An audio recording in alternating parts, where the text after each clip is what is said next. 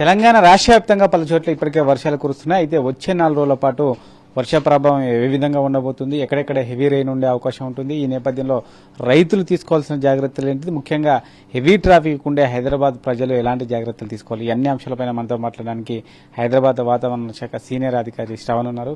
Madam చెప్పండి, ముఖ్యంగా హైదరాబాద్ లో ట్రాఫిక్ ఎక్కువ ఉంటుంది, చిన్న వర్షానికి హెవీ ట్రాఫిక్ అవుతుంది. ఈ నేపథ్యంలో వచ్చే 4 రోజుల పాటు హైదరాబాద్ లో రెయిన్ ఏ విధంగా ఉండే అవకాశం ఉంది? హైదరాబాద్ వరకు చూసుకున్నట్లయితే ఈ రోజు మనకి నిన్నటంత ఉధృతి అయితే కనిపించడం లేదు. ప్రస్తుతానికి మనకి సాయంత్రం నుంచి కొద్దిగా జల్లులు కూడా కురిసే అవకాశం ఉంది. దాదాపుగా మనకి మొత్తం చూసుకున్న ఉరుముల మెరుపులతో పాటుగా కొద్దిగా జల్లులు కురిసే అవకాశం ఉంది. రేపు ఆ జల్లుల ప్రభావం కూడా కొంచెం తగ్గుతుంది. ఎల్లుండి కొంచెం ఎక్కువగా ఉండే అవకాశం ఉంది. మనకి దాదాపుగా 16, 17, 18 3 తేదీల్లోనూ మనకు కొద్దిగా హైదరాబాద్ మరియు దక్షిణ తెలంగాణ జిల్లాల్లో కూడా అక్కడక్కడ వర్ష సూచనలు కూడా కనిపిస్తున్నాయి. దాంతో పాటుగా హైదరాబాద్ పరిసర ప్రాంతాల్లో 17, 18లో కూడా కొద్దిగా వర్షం పెరిగే అవకాశం అయితే కనిపిస్తుంది.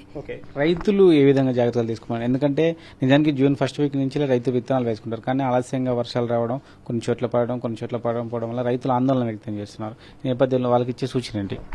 ప్రస్తుతానికి అక్కడక్కడైతే ఉరుముల మెరుపులతో కూడిన వర్షపాతం నమోదవుతుంది. ఎక్కడెక్కడైతే వారి ప్రదేశాల్లోని కరెక్ట్ గా కంటిన్యూస్ గా 3 రోజులు వర్షం కురిస్తే, మీకు అనుకూలంగా సాలుకు అనుకూలంగా వర్షంగాని కురిస్తేనట్లయితే మీరు విత్తనాలు విత్తుకోండి. ఒక రోజు వర్షం వచ్చి దాదాపుగా 2 రోజులు వర్షం రాకుండా ఉంటే, ఆ తర్వాత మీరు ఒక రోజు వర్షానికి విత్తినట్లయితే దాదాపుగా అది పూర్తిగా మనకి స్ప్రౌట్ స్టేజ్ కి, అంటే మొలకెత్తే స్టేజ్ కి తగ్గిపోతుంది.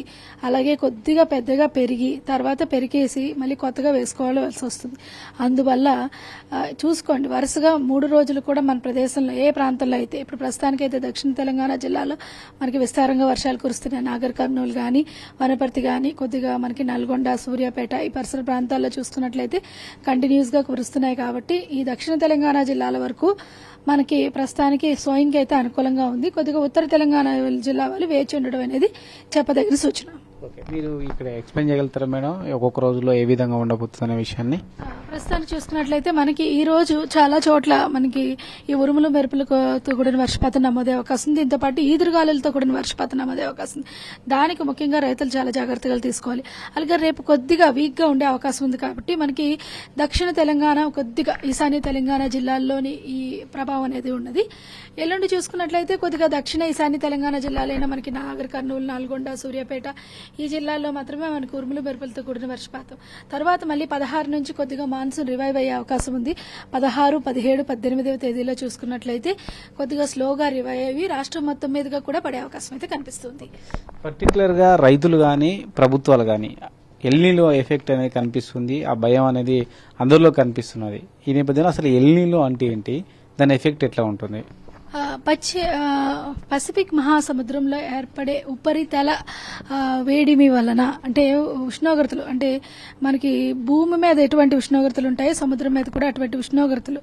భూమికి మనకి సముద్రానికి కొద్దిగా తేడా ఏంటి అని అంటే, భూమి ఏదైతే తీసుకుంటుందో మళ్ళీ సాయంత్రం మనకి చల్లారిపోతుంది త్వరగా, కానీ సముద్రం మీద ఏర్పడిన వేడి అంతా కొద్దిగా దానికి స్టోరేజ్ ఎక్కువ ఉంటుంది. కాబట్టి చాలా చాలా రోజులు స్టోరేజ్ చేసి అప్ టు మిక్స్డ్ లేయర్ వరకు ఈ కరెంట్స్, అంటే తరంగాల ద్వారా కానీ లేదంటే కరెంట్స్ ద్వారా ఒక ప్రదేశం నుంచి ఒక ప్రదేశానికి వేడిని అనేది పాస్ చేస్తూ ఉంటుంది.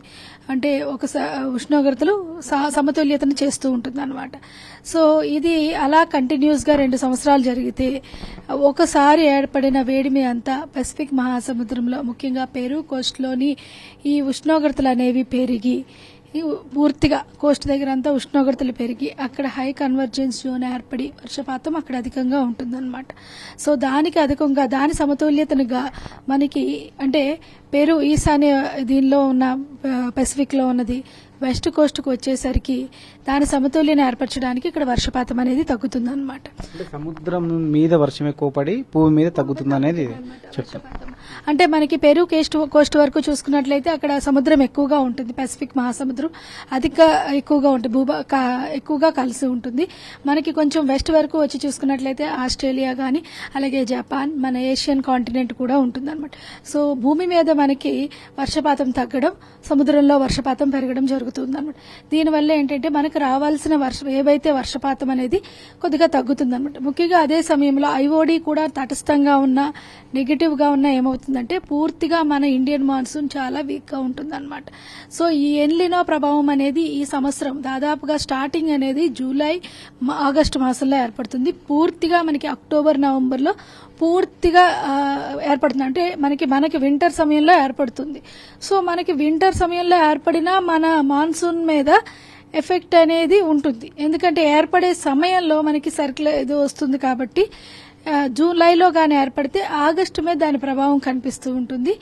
ఆ తర్వాత ఆగస్టు తర్వాత మళ్ళీ సెప్టెంబర్ మీద కూడా కొంచెం ప్రభావం చూపిస్తుంది. పూర్తిగా నవంబర్లో ఏర్పడిందంటే మనకి ఉష్ణోగ్రతల మీద ఎక్కువగా ప్రభావం చూపిస్తుంది. అంటే వర్షపాతం మనకి ఎలాగా తక్కువగా ఉంటుంది. అంటే మనకి మన చలికాలంలో వర్షపాతం తక్కువగా ఉంటుంది, కానీ ఆ సమయంలో ఉష్ణోగ్రతలు పెరిగే అవకాశం ఉంటుంది అనమాట.